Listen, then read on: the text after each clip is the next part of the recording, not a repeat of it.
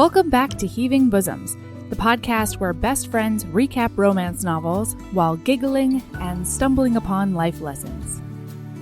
Today, we finish up our talk with Tanya about Cat Sebastian's A Soldier's Scoundrel. When we left off, Jack and Oliver were headed off in a curricle to investigate Mrs. Raxel's hometown. Let's jump right in.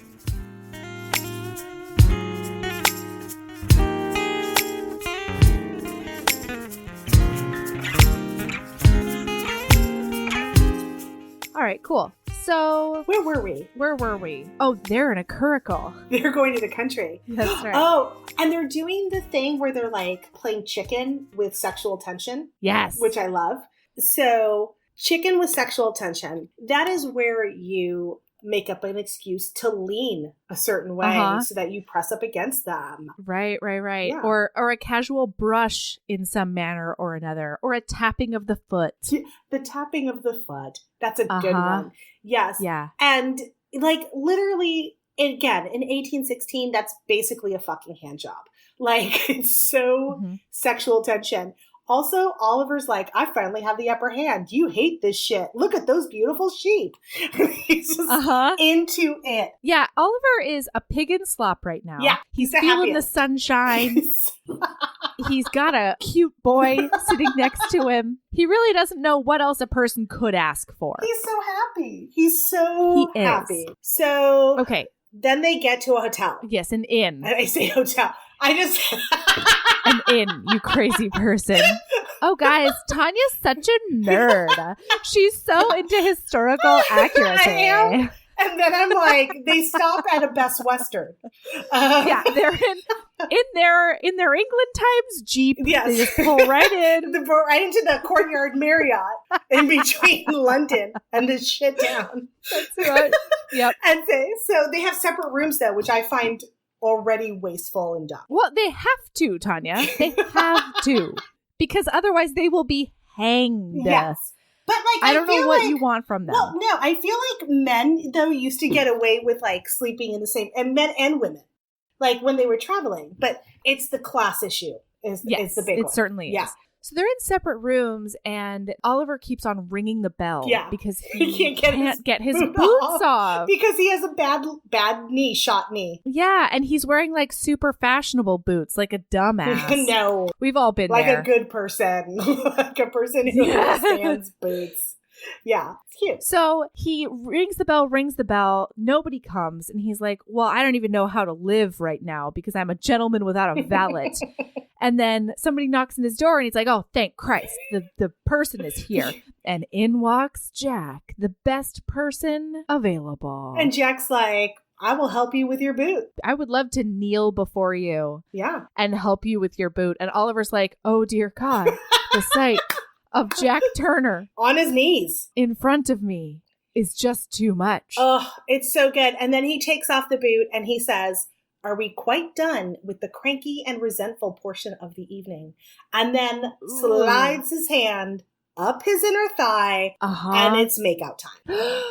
Is it ever makeout time? And I loved, because Jack is usually not only the instigator, but he's usually like the top in this relationship in every sense of the word. Yes. But I loved this moment because they kiss and they start making out, and then Oliver pulls him onto his lap, and the narrator makes sure that you know he pulls him onto his lap. Really, he pulls him onto his good leg. His good leg. And Jack is sitting on Oliver's lap. Oliver is taller than Jack, but Jack is like more brawny. Yes. And they're making out, and Oliver starts going for Jack's cravat, and then he starts going for his shirt. And Jack says, no. Not yet. Not yet. Not right now. Because it'll make it all the better when I finally fuck you. And Oliver's like, I'm down with that, but maybe hurry up. And also you can call me Oliver. So that's right. Which is a big deal. Yeah, maybe use my Christian name when my tongue is in your mouth. Yeah, when you've literally touched my penis parts through your while you're like kneeling in front of me. But it's like that is like huge. I feel like we don't have those levels of signifiers anymore. No. But, okay, wait. No, I take that back. Christian names is Facebook official. Oh, no. Yeah, that's what it is. No, engaged is Facebook official. No, I disagree. I think when you can actually use your maybe. first names, that makes you Facebook official. Oh my God, I think you're right. Yeah, because engaged is basically married. Yes, exactly. That's like pre-married. Yeah. Okay, but there's this line in the book that's so cute. Hold on, I'm going to find it real quick. Yes, please. Okay, so this is like after Oliver's like, call me Oliver, and also I'm down to fuck whenever you are because I'm into this. Right. And Jack's like, oh shit, I don't have control because that's what happens every time. Uh-huh. And then Oliver realizes, I have all the feelings. I've caught all the feelings. Yeah. Big old case of feelings. And he says, seeing Jack like this was the first inkling Oliver had that he could feel more for him than an interest in a passing dalliance. Jack Turner's face was one that could be dear to him. Oh, I love that line too. It's so cute. I know. Dear to him. You're right. It's so cute. Oh my gosh. Yeah, and it's so sweet. And it comes right after like, let's hump. And then it's like, because I like you. I want to hump you because I like you. Yeah. And it's so adorable. So they're like falling in love, which is very sweet. It's great. So they do more investigating. Yes. They go around the next day. They talk to people. They talk to her former governess. They talk to her former lover's husband. And Oliver keeps getting into places just because he has a name. And Jack's like, he's a gentleman. I need to stay away. Yeah, he's like, this motherfucker. But he's increasingly, Jack's guard is coming down. And increasingly, he's like, you know what? It's not the fact that it's necessarily he's a gentleman. That's certainly part of it. Yes. But it's also just because he's so charming. He's so charming and cute and nice. He is. He's the sweetest. And then because Jack is like, let me ruin all that is good for me. Yes. Jack's like, I'm going to Olivia Pope him, and just like reads him to filth in the middle of the cemetery and is like, you were lonely your whole life because you could never tell anybody that you wanted to fuck boys. And now you're afraid you're going to get arrested and shunned and kicked out of your society and pilloried. And Oliver's like, are you fucking kidding me? This is bullshit. How dare you? And also, I'm going to punch you in the face. Mm-hmm. And then he does. He punches him in the face and walks the fuck out. And I loved that moment because Jack was like, I really thought I knew how this person, and not Oliver, how Oliver's class of person would react. Right. I was expecting him to go with the script, and the punch to the jaw was not something he was anticipating at all. And it was amazing. Yeah, because it was absolutely okay. Like, Oliver... It totally was. Like, Jack was asking for it. Right hard in the face. Yeah, absolutely. And it also did a lot to not only humanize Oliver even more for Jack, but it also really was a way in England times for this man to be like, boundary crossed, motherfucker. Yes. It is a very English time solution to an English times problem. Yes. And Jack knew. His whole inner monologue is like, I could have said that in a lot of ways, and I chose the worst way possible because I'm trying to push this man away. Yes. And so Oliver realizes, like, he gets a bottle, goes up to his room. He's like drinking straight out of the bottle. And he's like, I am so pissed that he used my biggest fears against me, but this is because he's scared. And then Jack shows up. Yeah. And is like instantly awesome because Jack's like, I'm an idiot. I'm so dumb. I'm super dumb. I'm super dumb. Oh my gosh. And Oliver's like, you know what? You actually are, but I'm willing to hear you out. Yes. And then he says, I only Olivia Pope the bad things. Yeah. And then he reads him like the heavens above. Yes. And he's like, you are honorable and loyal and good man. And then he's like, blowjob? And Oliver's like. And I also loved this because Oliver stops him and he says, this cannot be because you're apologizing. Yes. This absolutely cannot be as an apology. And Jack is like, it's not. It's the fact that I've wanted to rip your clothes off since I met you. For literally years. Yeah. But forever. I would also like to point out, though, that a blowjob, it's okay. If you have given an apology blowjob, I'd like to validate that decision. Oh, a blowjob apology? I mean, sometimes it's the polite thing to do. Yeah. Sometimes it is the quickest path from point A to point B, and I have no judge or shame for an apology blowjob. In this scenario, Oliver was very sweet. Yes. But again, I just want to point out, I am not shaming anybody who gives apology blowjobs. You do you. Not at all. That's right. Yes. That's right. Whatever gesture gets you there, you know? If it's flowers, that's fine too. Right. I don't know why you would spend money when you can just use your talents, but okay.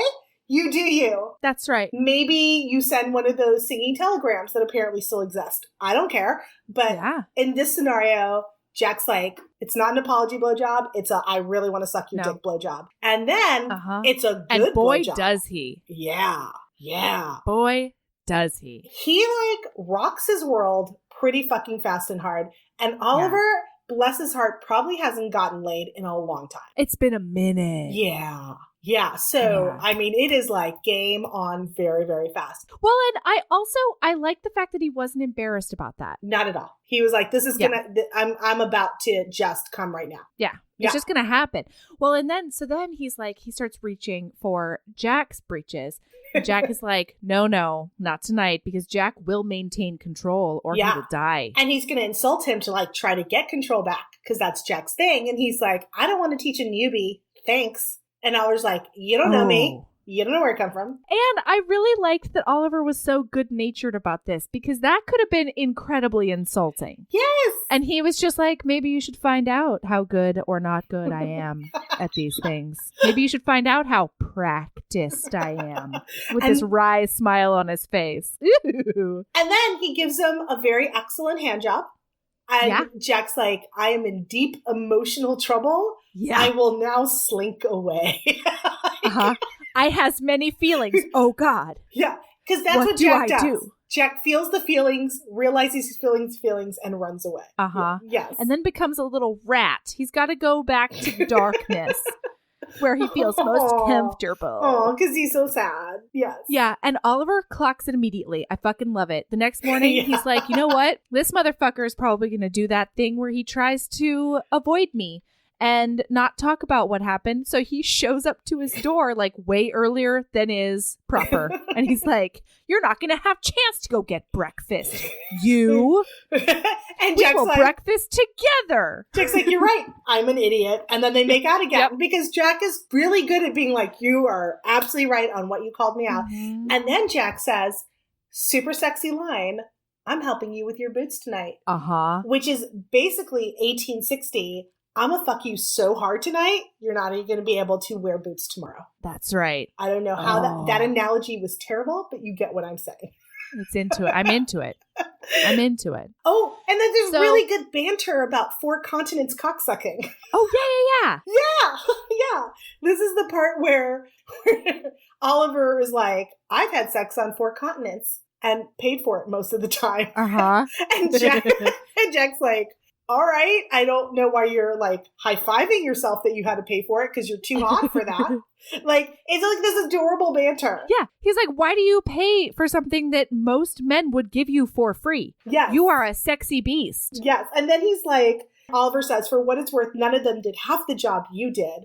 And Jack tries to sound like someone who wasn't half mad with arousal. So you paid to have your suck cocked inadequately? That's even worse. So they're like super cute together. Yeah. And then it's on and they do it.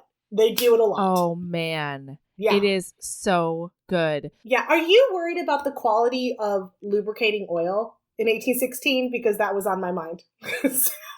Yeah. So I kind of was. But at the same time, it worked for them. The page. Yeah. So it worked for me too. I was a little worried about the amount of prep that the anuses got. I was like, I feel like there might need to be a little bit more just dallying back there. Thank you for saying that because I will now officially say bing boom bong. Ooh. Yeah, I know. That's how you know you're on this podcast. That's true. You bing boom bong something. Oh, side note to the bing boom bong. I normally listen to, this is ridiculous. I normally listen to the podcast on 1.5 speed. Okay, yeah. Okay. I normally listen to almost every podcast on 1.5 speed. So I listened to you guys. And then I was like sitting down tonight and I was like, fuck my life. Am I going to speak too fast? Well, I'm actually shocked because a lot of podcasts you can get away with 1.25, 1.5. But I think that Aaron and I speak so quickly anyway. You that don't. It's hard sometimes. It is delightful at one point. You still sound like you. It's not like you're sounding like chipmunks or anything. Oh, cool. Yeah. So I was very concerned that I didn't actually understand what you were saying when you would do the bing boom bong or the proper speed of the bing boom bong. But bing boom bong, anal sex with Tanya. All right. Let's be clear. Prep is everything. Like, prep is the key to the situation. And prep is very sexy. You just have to decide it's going to be sexy. Yeah. Yes. It is just a like muscle. consent can be very, very sexy. Yes. Almost anything is sexy when you want it to be. Yeah. So you got to be like, prepping you is going to be the hottest fucking thing ever, or prepping me is going to be the hottest fucking thing ever. And we're going to take our fucking time because it's so hot. Why rush it? Why rush it? Why rush it? Because then it becomes not hot.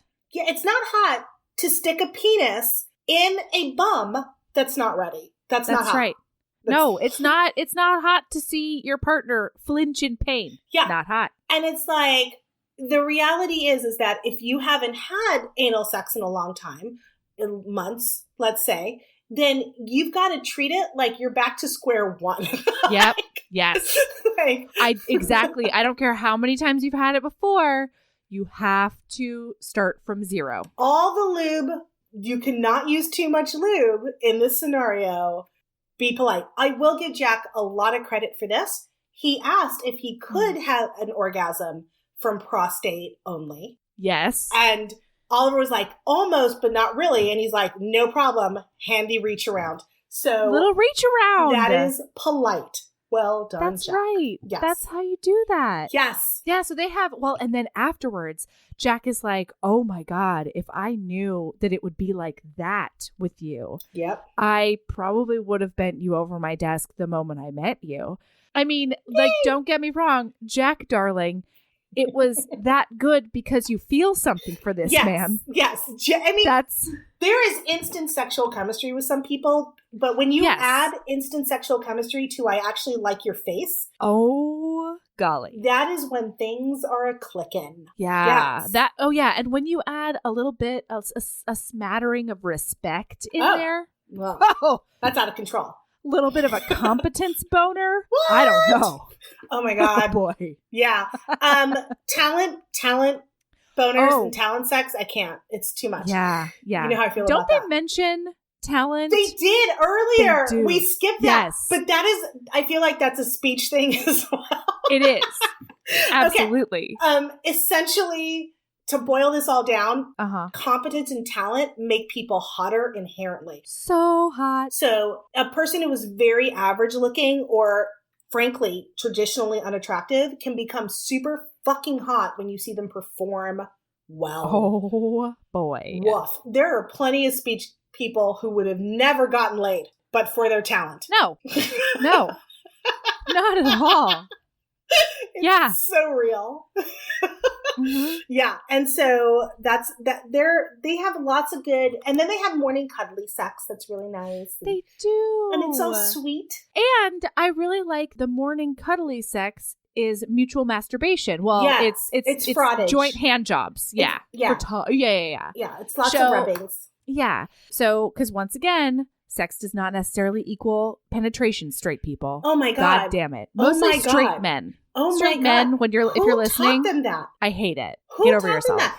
And also, if we stop teaching kids that, maybe they would put off the type of orgasms that lead to STDs until later. Like if you teach high school students that you can rub off and rub one out, maybe they would do that more instead of just skipping to penetrative sex that can lead to illness and pregnancy. Oh my gosh. You mean injecting a tiny bit of sex positivity into sex education, Tanya? I mean, maybe. Just out of control. Maybe if you teach kids that, like, there is a lot of different aspects about sex, that sometimes it is for funsies and nobody's going to go to fucking hell over it. That would be great. Yeah. Yeah. So they then they're going to head back to London. But then Oliver is like, I was thinking mayhaps we would stop by my ancestral estate. He's going to take him to Dad's house. Yeah, where you first saw me get off in an orangery. Just for old time's sake. I wonder if we could walk that road together. Every time you say that word, I'm like, I still don't know how to pronounce it. I don't know. What is I say it? orangery. No, I say orangery. It's probably wrong. No, it sounds perfect. I cannot repeat that word. Just like I can't say Worcestershire. Worcester. Nope. Worcester? Or Worcestershire? The sauce. Oh, Worcestershire. The sauce that people Worcestershire. Nope. Oh my God, you put in so much effort. I wish you all could have seen her. Tanya, this has been a year's battle. This has been a battle of decades. Oh, that was amazing because you put in so much effort just that you were trying. That wasn't a joke. You were trying. No. No, that is the joke, right? That's so good. That's so good. Worcestershire. Yeah, and it's really sad because for years I would not have it in my house because my philosophy is if I can't ask you to pass it to me, it will not come into my house. I will pay you $5 American to do instructional videos on making Bloody Marys.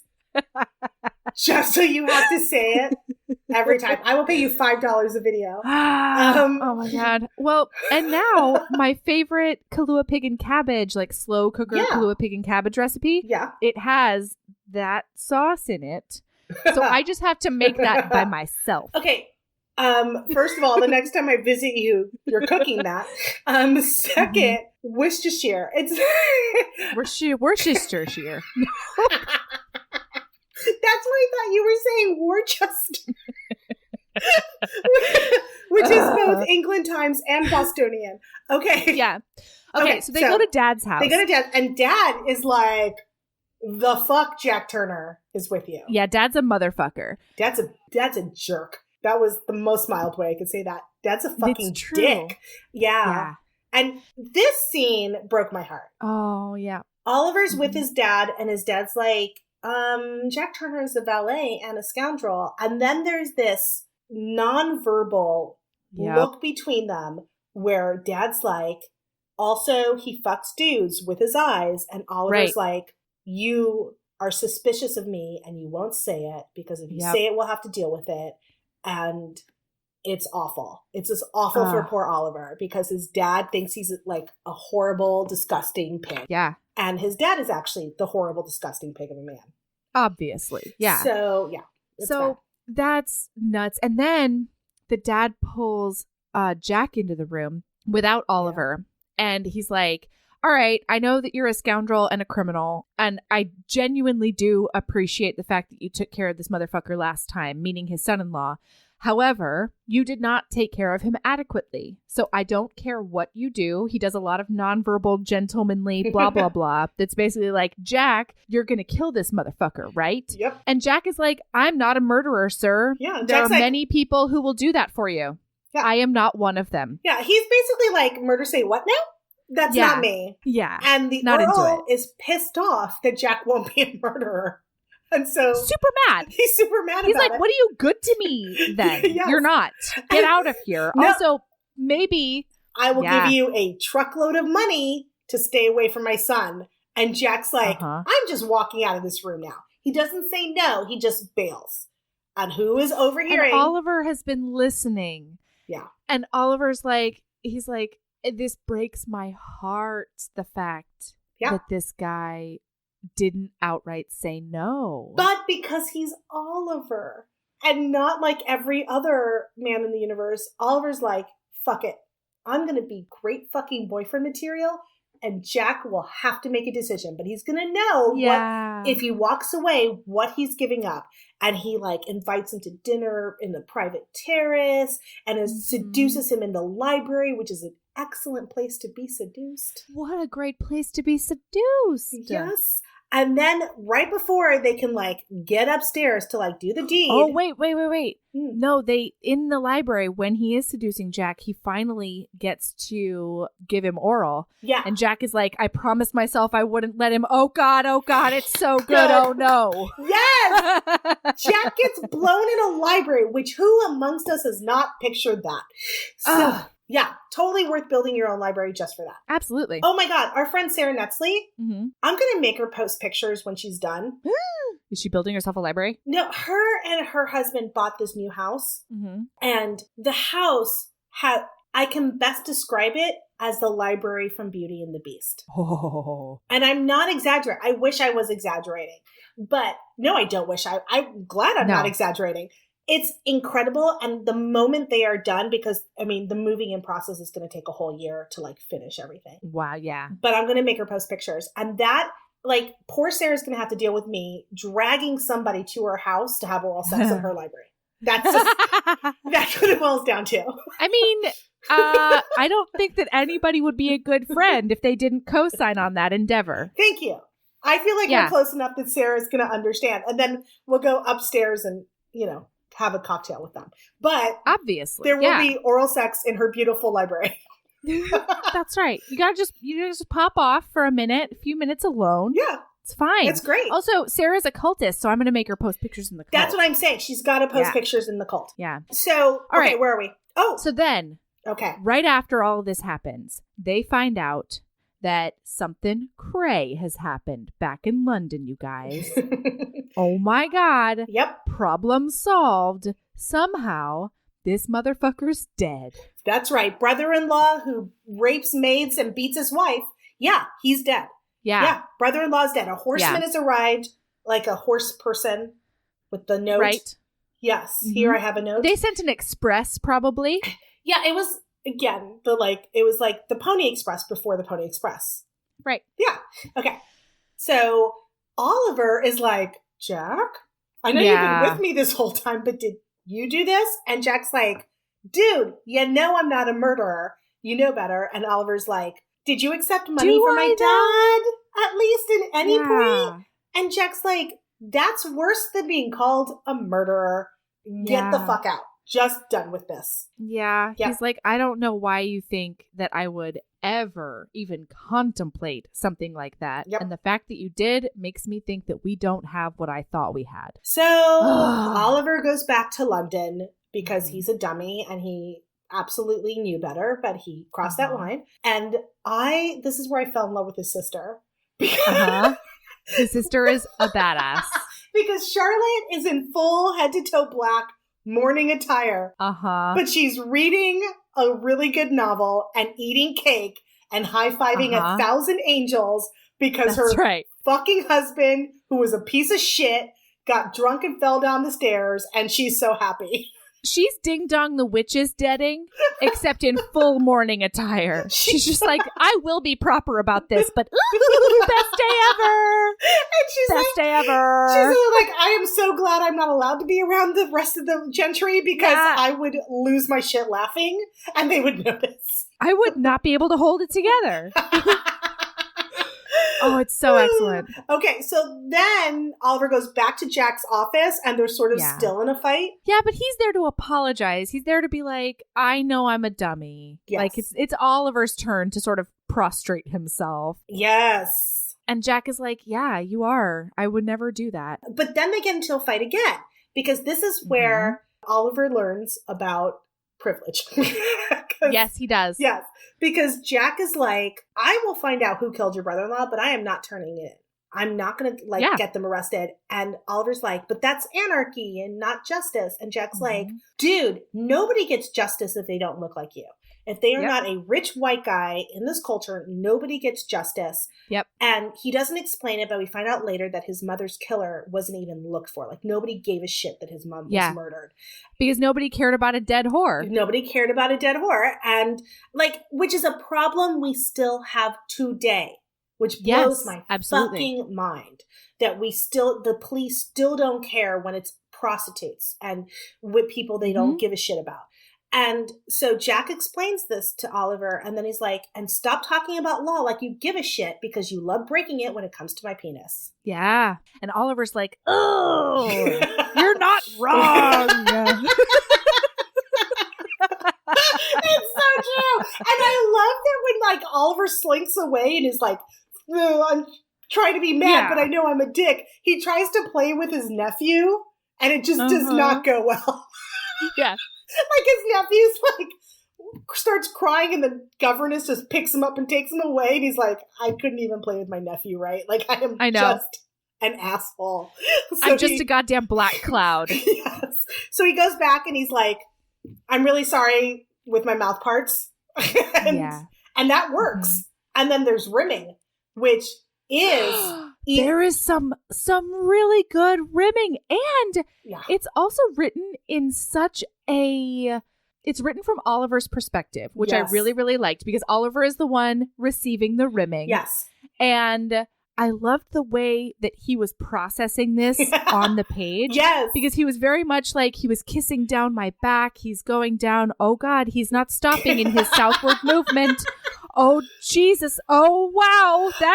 That feels so wrong and oh, so right all at the same time. I love that, because I feel like that's an experience that young women have about oral sex. Yes. I feel like it's when you're young and you're still like in your teens, and the first time that a guy goes down on you and you are having a mental panic attack because you have absorbed the patriarchy. Yes. And you think, oh my God, there must be something wrong with my vagina as opposed to everyone else's vagina. And it's like, there's that universal feeling of, oh my God, I can't believe he's doing this, but it feels so good. And I adore that is the experience that was described. Yes, same. So good. Same. It made it like even more titillating as well. Yeah. Just because it felt very real. And it felt like one of those monumental experiences that sex can be with the right person at the right time doing cool things. I'm a big fan of I have a firm belief that people you have sex with is one thing, but there's nothing like your first lover. Yes. The first partner you're with for a significant amount of time, where you really figure out your body and what works and your chemistry. And that is a totally different experience. Like you can fuck 100 people, different people at various times, but when you finally fuck one person for a long stretch, it's a different experience. And that's what he's going through. He's had all these like quick get off experiences. And now he's finally has this lover who's like, let's do this. Super hot. He's having that exploratory experience, which is just so wonderful. It's the best. It makes me nostalgic. Doesn't it make you nostalgic? Mm-hmm. Yeah. Does. Yeah. So the next day. Yeah, they wake up, right? Doesn't he stay over? Yeah, he stays over, and this is where Oliver does the thing. Uh-oh. This is where Oliver's like, let's move in together. Let's like instantly it's like 0 to let's buy a house. Like like what we used to joke, lesbian third date, U-Haul truck. Yeah. Mm-hmm. Like he pulls that business, and Jack's like, are you this doesn't work like that. Right. That's not for us. That's not for us. Is really that's not reality. What it comes down to. Yeah. And also I have deep self-esteem issues, and they're going to come up again right here. And Oliver's like, bitch, you're hot and you look like a gentleman. And then that's when Jack realizes big fear isn't getting caught. It's that he's going to become this this little anecdote. That's not right. Anecdote. That's right. Wait. An anecdote is a story about something. And that is correct. Okay, good. I almost said antidote. Okay. I mean, you know what? Jack is the antidote to Oliver's loneliness. And his low self-esteem. But like, in this case, he's afraid that he's going to become just this dirty little anecdote that Oliver has, and that he'll be this thing in the future that he's like, oh, that one time I had this dalliance with this piece of shit gutter rat. Yeah, so his self-esteem issues continue, our little Jack. Yeah. Yes. Yeah, it's really sweet, though. And Oliver's not having it. Oliver's just like, nah, you're great. Yeah, because Oliver loves him. And mind you, maybe is pushing it a little fast, but Oliver loves him. That's right. Yeah. So then they are still investigating the Raxels. Yeah, and they have to go to Kent. It's a whole thing. They go to Kent, back to the country. Poor Jack. Well, so the Raxels have gone away from London, and they're throwing this house party. And when they first went up into the countryside, Oliver was like, you can always pose as my valet. That's definitely something that is believable. And Jack was just like, I will never, ever be in that position again, whether it's fiction or reality. Yeah. Like, fuck that and fuck you. Yeah, that was a trigger. He did not respond well. Yeah, because I don't know if we said this out loud, but Jack used to be, the way that he got acquainted with Charlotte, Oliver's sister, is because he used to be the husband's valet. So he saw firsthand all of the atrocities this man was committing under his roof and under other roofs. And so he's like, I'll never be in that position again. And this time, Oliver's like, okay, I know that like you don't want to do this, but I can get an invitation to that party. And if you wanted to like mayhaps pretend that you were my valet, I know. Terrible idea. We're not that. Literally the only idea. And then he's like, and I'll make it so that you don't have to do a single valet duty. I will make sure of it. He packs 57 shirts for a week-long trip. It's literally like he packs thousands of times more than he needs so that he never has to iron anything or touch anything or whatever. And he sends it on before so that Jack doesn't even have to carry anything into the house. It's very cute. The cutest little muffin. He's such a cinnamon bun. He is a little muffin. He's just a little muffin with the warm muffin, not like the cold, gross muffin. He's warm. Not at all. So so Jack acquiesces. He's like, you know what? God damn it. You're right. This is the best idea. And it gives him access to the servants as well as the house. Yeah, the house. So they go to this thing, and this is where Oliver finally sidles up to Mr. Raxel, and he gets it. Well, he doesn't get him drunk. Mr. Raxel's just despair drinking, and he has been for weeks. Yes. And so he's drunk AF, and Oliver's like, you know, it feels like you want to tell me something. And Mr. Raxel's like, in fact, my good sir, I do.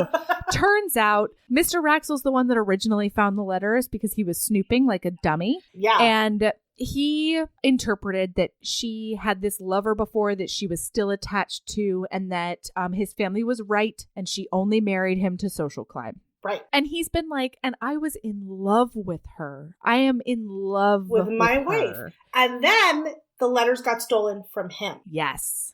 Then the letters disappeared from his desk. And so Oliver goes back up and sees Jack, and he's like, Jack. He tells him everything. And Jack's like, oh, I know what's up.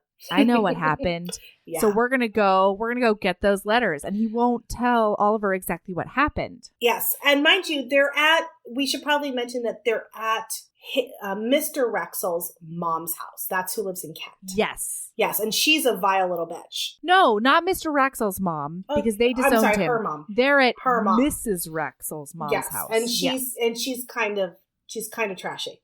You know what? So Mrs. Raxel gets a lot of guff from Mayfair in general, because she didn't have a title or anything. She just had buckets of money. Right. As if buckets of money isn't a good enough thing for a person. Do you know what, though? New money is a thing. My poor Puerto Rican ass is going to defend this in a little bit.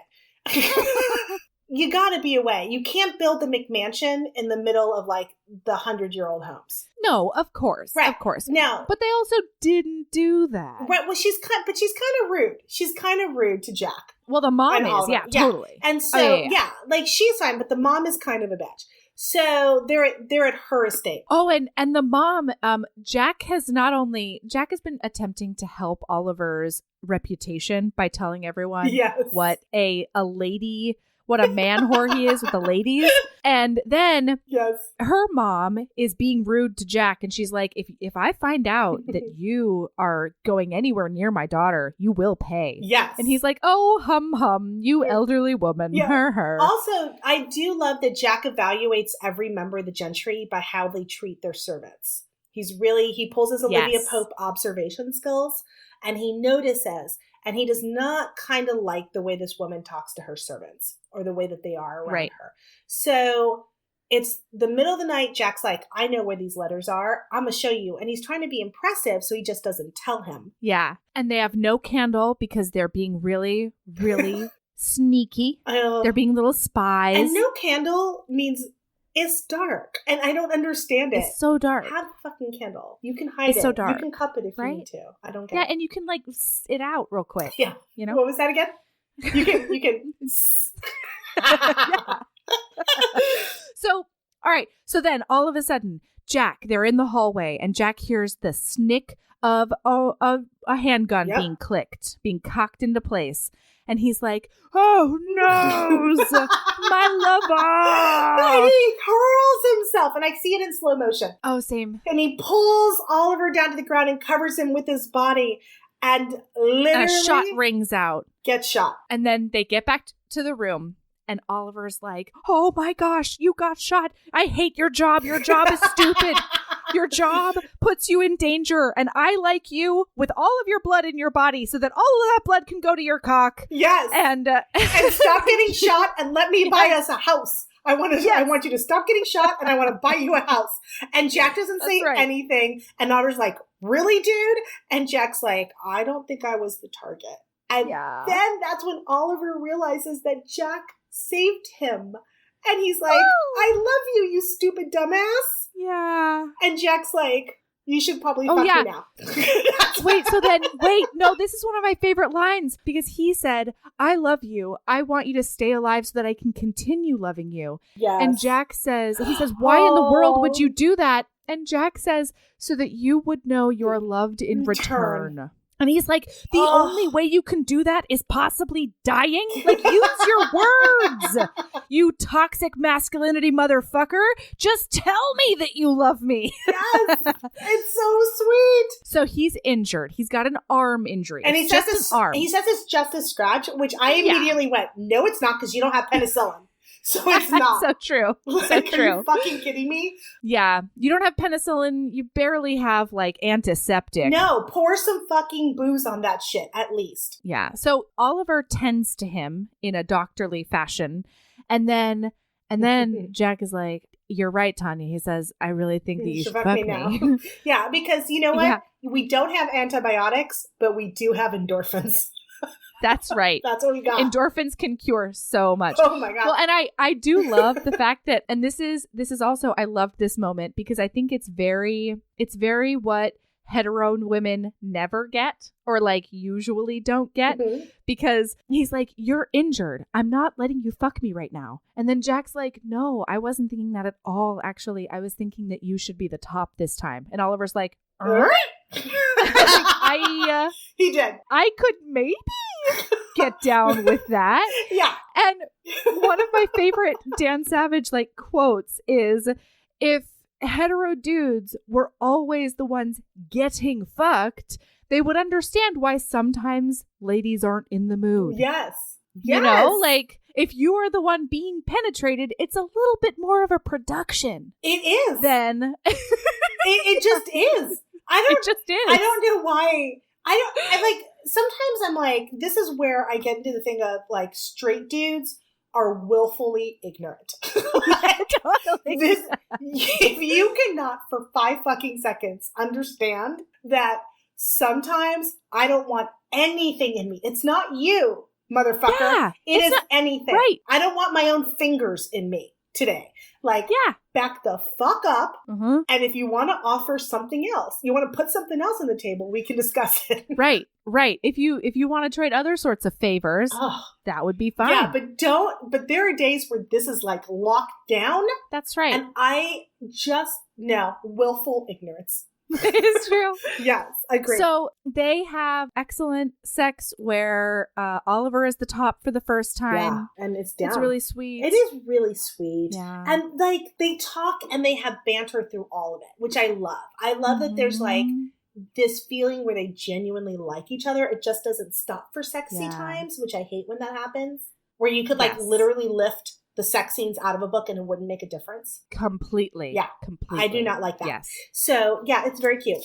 So, it turns out, okay, this is where we get into the feminist themes of the book. Because the book is very sneaky feminist, and I love that. It is. So, they figure out the next day as they go through the whole thing that the letter mystery, what turns out happened was that the mom of Mrs. Wraxall had taken the letter, had shot, well, she's the one who shot Jack because She thought that he was being skeevy towards the daughter. She thought that he was on his way to her bedchamber. And she was like, not today, Satan. Yes. And so she shot him. Yes. Which, I mean, not advisable, but I get it. Yes. So what happened was Mr. Raxel stole the letters because he was heartbroken over the fact that he thought his wife was still in love with this dude. Then Mrs. Raxel is like, it looks like my daughter's marriage is in trouble. I'm going to do some snooping. Finds the letters in Mr. Raxel's desk or Mrs. Raxel's desk. She's like, oh, fuck stick. Well, I'm going to get rid of these. That's what I'm going to keep. I'm going to keep these for myself. Yes. Because nobody should have access to this. So the whole thing at the beginning was a misdirect because Mrs. Raxel couldn't explain why the letters went missing. And so she made up the blackmail letter. That never existed. There was no blackmail. And it turns out that the reason why she had the letters at all wasn't because she was nostalgic over the relationship.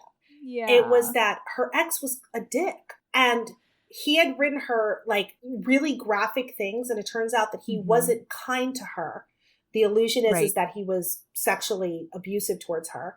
And so she had kept the letters and told him, if I hear anything about you mistreating the woman that you actually did marry, I will use these letters to harm you. I will expose you. Yes. So she was blackmailing him to protect the woman that actually married her ex. Yeah. And oh my God, I think my actual favorite line in the book is when Jack is walking, because he basically sends Oliver away and Oliver gets a letter from his dad. And so he's like, yes, all right, I will actually go away. So Oliver leaves the house by himself and Jack is left to get himself back to London. And so he's walking to the coach station. And one of my favorite lines in the book is Jack walking and saying, I'm just starting to realize all of the ways that women protect each other because nobody else will protect them. Yep. And I was like, oh my God. And that's when he figures out what happened to Charlotte's husband, to the brother-in-law. Yep. Because that clicks in, because that turns out to also be women protecting women, because it is her best friend who has murdered the husband and pushed him down the stairs. And it is to protect her. And so there's all of these things where Jack had explained to Oliver, I don't have the privilege that you have. And then Jack realizes, I have a shit ton of privilege that these women don't have. Yes. Yeah. Well, and then we find out what really is the sticking factor for Oliver, because while he was in Badajoz, he's seeing all of these, what he would call, quote unquote, good men start going insane and raping and pillaging and being awful. And so one of his closest soldier friends was one of those people. He went too far and Oliver killed him outright, like almost not out of cold blood, but Oliver was like, I went to a place where I took the law into my own hands and I never ever want to feel that way again. So this is when Anne, the friend, is thinking, like, you can turn me in, I guess, or whatever. And Oliver's like, actually, I've been there. Mm-hmm. I killed someone to protect others, not in a battle situation. And I'm not going to do that to you. And he sort of makes her feel better about her capital offense. But then he still feels guilty. And he's like, the two people that I care about most, Jack and Charlotte, now know that I murdered this guy. So he leaves and Jack follows him. Oh, Jack goes after him. But then Jack's like, I love this guilt-ridden guy, but I shouldn't. So we should end this right now because it's going to hurt you. And Oliver's like, or I could stop being a gentleman. Right. And Jack's like, you can never stop. It's in your bones. It's who you are. It's in the blush of your cheeks. It's in the clip of your heel. Like, there is no ungentlemaning you, sir. And Oliver's like, Dad's going to disown me anyway. Fuck it. But Jack's like, nope, we're breaking up again. And then he kisses him goodbye. And he says, kisses shouldn't be this sad. Kisses should not be this sad. They shouldn't. He's right. No, they shouldn't. They should not. No, it makes them taste like ash in your mouth. Ugh. It ruins the whole thing. It ruins the whole thing. So Oliver, who's now been dumped, Oliver's like, is like, yeah, but Oliver is like, fuck this, challenge accepted. And I'm certain I can do this. And he's like straight up like, Charlotte, Georgie, how do I ruin myself? Yeah. And also, Charlotte, will you still be my friend and sister if I super ruin myself? And she's like, you dumbass, my an actual murderess is currently telling my child fairy tales and putting him to bed. Of course I will still receive you. Yes. And he never, so perfect. And I also love that again, with the reality of the situation, he never tells Charlotte flat out, I'm boffing this dude. Yeah. But so they never say the words, but she's like, if your friendship makes you happy, I'm good. And then he tries to ruin himself, but because he's a man, it takes effort. As opposed to every book that we read where the woman flashes an ankle and is unmarriable. So he goes to his brother Georgie. He goes to Jack's brother Georgie, and he's like, tell me how to cheat at cards. I'm going to lose all my money. I'm going to get thrown out of my club. I'm going to do all the things that'll make me ruined. So then Georgie is like, yeah, of course your secret's safe with me. And then immediately runs to Jack and is like, hey, your pal, your friendo, he's in trouble. And I have a feeling he's doing all of this for you. Yep. So Jack finds him at a gaming table after he has lost many monies. And he's pretending to be drunk and he's ready to cheat. He's so ready. And Jack takes him away from the table and he's like, you dumbass, like you did this for me. And he's like, you're right, I did. Did it work? Do you want to be with me forever? And Jack is like, and this is the line he says, which is just, you're never going to be anything other than good and honorable and mine. Oh. And they're in love. They're in love. Well, and then this is the perfect, because the toughest thing about trying to get an HEA in an LGBTQ historical romance is like, how does this work? How do you construct the best friends forever scenario where they can like be in love on the DL? Yeah. And so Jack is so cute because Oliver starts looking for houses that would be suitable for a fallen gentleman. Yes, because he's gotten disowned. So step one. Yeah. But then he also is like, still has money, but less money. So he has to find find middle class in an era that really didn't have middle class. Exactly. Yeah. So Jack it's so cute because they're sitting at a table and Jack keeps on vetoing different lodgings. And he goes, I don't know why you would expect my clients to go to that address. And Oliver's like, oh my God, he's moving in with me. Oh my God. I didn't even expect that. I thought we would just visit. It is so cute. So they decide on a house. They start moving in. At one point, Oliver comes home and he's like, is that an umbrella stand? What is that ottoman doing over there? Is that a new rug? Yeah. Oh my God. And Jack is like, huh, how funny. I just love buying things for you. I love pampering you. I love showing you how much I love you. And we're going to live in all the forever. practical ways. Yeah. And Jack at one point at the table is like, it's completely and utterly rational for a gentleman who has fallen to move in with an acquaintance in order to save money. And Oliver's like, I don't know if he's saying that for my benefit or for his. Because he really needs to convince himself that this is a viable thing. Yes. And then he says something like if he's gonna live there for the next 50 years, then he wants it to be nice.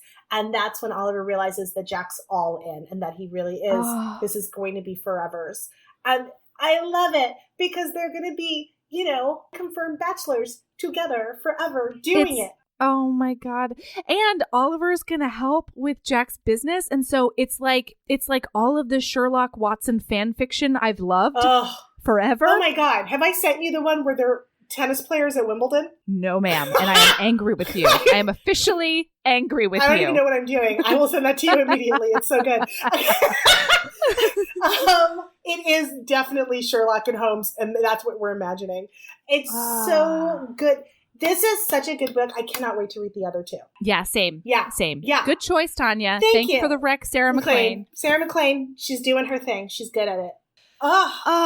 Super loved it. I super did too. And I appreciated the gayness in a realistic scenario. Same. Yes. Same. Molly houses. It's so cute. Okay. All right, Tanya, do you have a lady love? Okay, so you know TV's my jam. Yes. I'm obsessed with television. Uh-huh. So I was trying to figure out what shows to rec that aren't already popular, right? So like women-focused shows that aren't already on everybody's radar. So really, really quick, I would say this one is probably the most on everybody's radar. I think people have probably heard about it, but The Bold Type, which is Freeform and on Hulu, and that is 3 friends, very millennial, but very feminist, very pro plot lines that talk about issues that we give a shit about. And it's fun. And it's about 3 friends who work at a magazine together in New York. So everybody's impossibly beautiful and it's fun, right? Yeah, totally. Then there is Imposters on Bravo. And Imposters is totally like con artists.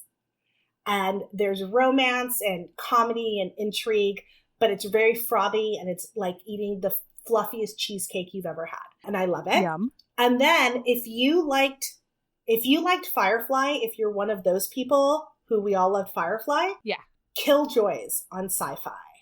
All 4 seasons are on SciFi. Ooh. Killjoys has probably one of my very favorite platonic friendships between a man and a woman, in addition to like various levels of sexual hotness happening all over the place. But the 3 core people, their relationships, their friendship is like incredibly written. And it's also a really incredible female lead. So these are all female-led shows that have various degrees of feminism and friendship and issues and fun. So there you go. Awesome. 3 TV recs. And if you need more recs, you can always hit me up on the cult and be like, Tanya, I like this show. What is another show I should watch? And I will have your back because I'm obsessed. Tanya does these epic lists that end up being like 50 television shows long. And I'm just like, when do you sleep? Everybody says that. You know what? You make time. Because you also have a very rich social and academic and like every other kind of life. Yes. You squeeze in what you love. What am I saying? I mean, like, yeah, it's true. Don't get me wrong. I'm sure other people are using all of their spare time to like help orphans. And I'm the asshole who's watching TV, right. But I love it. It's my pop culture. How about you? Yeah, fair.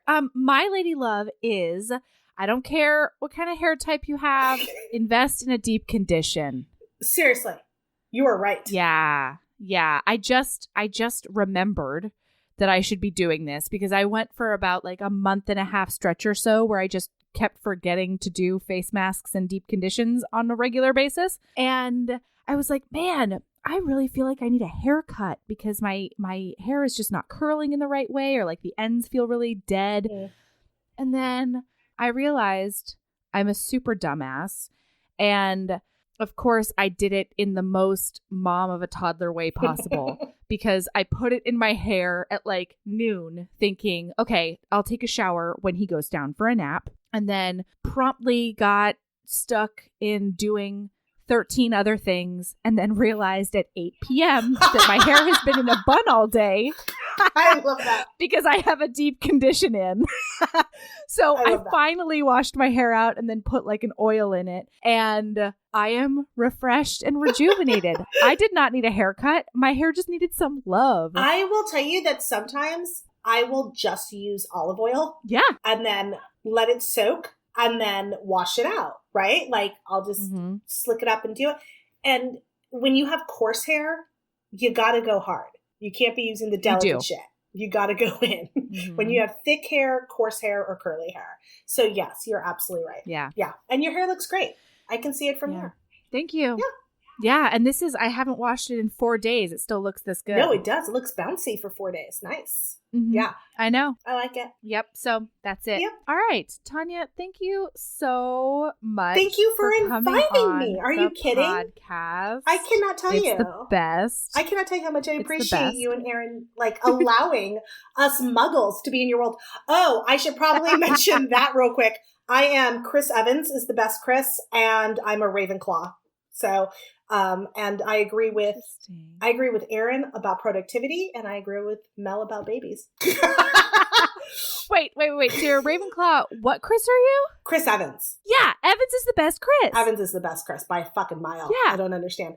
Thank you. Yeah. He also looks really good with brown hair as well. Like he can go all the hair colors. Snowpiercer. Yeah. Also, I mean, all day. With beard and brown hair. It's just as hot. So yeah. Yeah. And I think you're a Ravenclaw with Gryffindor rising. That's not wrong. But what I'm not is a fucking Hufflepuff. I am nowhere near Hufflepuff territory. Nope. And I am morally outraged by Slytherins a good 60% of the time. It's just who I am. Yeah, that's what I'm saying. Like, I think you're a Ravendor. Really. I'll take it. Yep. No, that does explain my my ability to be really smart and yet still do the wrong thing, knowing it's the wrong thing. That does explain many of my life mistakes, and that is how you too can be a 44-year-old graduate student. You know what? I dig it. You're doing your thing. So are you. And Tanya, more than anything, you are not giving up on your dreams, which I just have to say it for the record. I'm so fucking proud of you. Oh, stop it. You're embarrassing me. So completely proud of you. No, thank you. I'm really, really, really happy. That should have been my lady love. Go after what you want, no matter where you are in your life. Figure it out and go for it. That should have been my lady love. I went TV. I should have been like, you can uproot your entire life. You can. And you know what? It's totally fucking okay. And if that's what you need to do to make your life better and to be happy with waking up every day, then fucking uproot your life. Who cares? I went back to finish my degree when I was 37 years old, and I'm really, really grateful I did it. So, yeah, and I had a lot of help. So proud of you. I had a lot of help by many people you know in the cult. So I appreciate every single person involved, especially Aaron and Melody and I got a precious short amount of time in the same city together. And we had a fucking blast. Yeah, we really did. Yeah. We really did. And so this is an extension of that. So I'm really, really happy to be on here. So I love you and I thank you. Uh-huh. Okay, so keep being a badass and love yourself as much as you love getting oral in a library. Especially if it's a friend's library. Bye.